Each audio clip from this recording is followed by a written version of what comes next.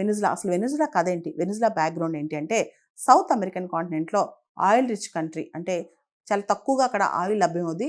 అలాంటి south American కాంటినెంట్లో ఒక oil rich country Venezuela అనమాట. అయితే ఇంతకుముందు పాత రోజుల్లో వెనిజులా ఆయిల్ని అమెరికన్ కంపెనీస్ ఎక్స్ప్లోర్ చేసి అమెరికన్ కంపెనీస్ వాడుకునేవి. హ్యూగో చావెజ్ 2000 సంవత్సరం నుంచి 2013 వరకు కూడా వెనిజులాలో ప్రెసిడెంట్గా ఉన్నారు. అంటే ఆ 13 ఏళ్లలో చాలా కీలక మార్పులు తీసుకొచ్చారు. ముఖ్యంగా అక్కడ నేషనలైజేషన్, చాలా ఆయిల్ రిసోర్సెస్ని నేషనలైజ్ చేశారు. అమెరికన్ కంపెనీస్ని బయటికి పంపించాడు. దాంతో అమెరికా కోపం వచ్చింది. వెనిజులా ఆయిల్ మీద పూర్తిగా కన్నేసిన అమెరికా వెనిజులా ఆయిల్ దొరకపోయేసరికి వెనిజులా పైన పగ పెట్టుకుని పంతం సాధించింది. వెనిజులా పైన అంతర్జాతీయంగా అనేక ఆంక్షలు వేసిందనమాట. అదే టైంలో 2014-15 టైంలో ఒక్కసారి ఆయిల్ ప్రైజెస్ పడిపోవడంతో వెనిజులా ఎకానమీ కూడా దెబ్బతింది. వెనిజులాలో విపరీతమైన ఇన్ఫ్లేషన్ వచ్చింది.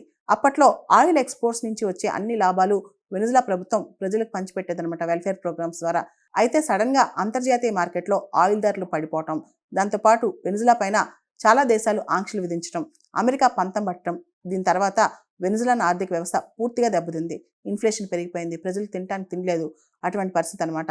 వెనిజులాన్ ఎకానమీ దాదాపు ఈ ఆయిల్ పైన డిపెండ్ అవుతుంది అనమాట. వెనిజులాన్ జీడిపిలో ఆయిల్ రెవెన్యూయే 25% అనమాట.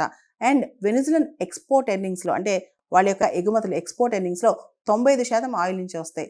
సో వెనిజులా అనేది అంత ఆయిల్ రిచ్ కంట్రీ, కానీ వెల్ఫేరిస్టిక్ మెజర్స్ కావచ్చు, శాంక్షన్స్ కావచ్చు, వీటన్నిటి వల్ల వెనిజులా ఆర్థిక వ్యవస్థ కుప్పకూలింది.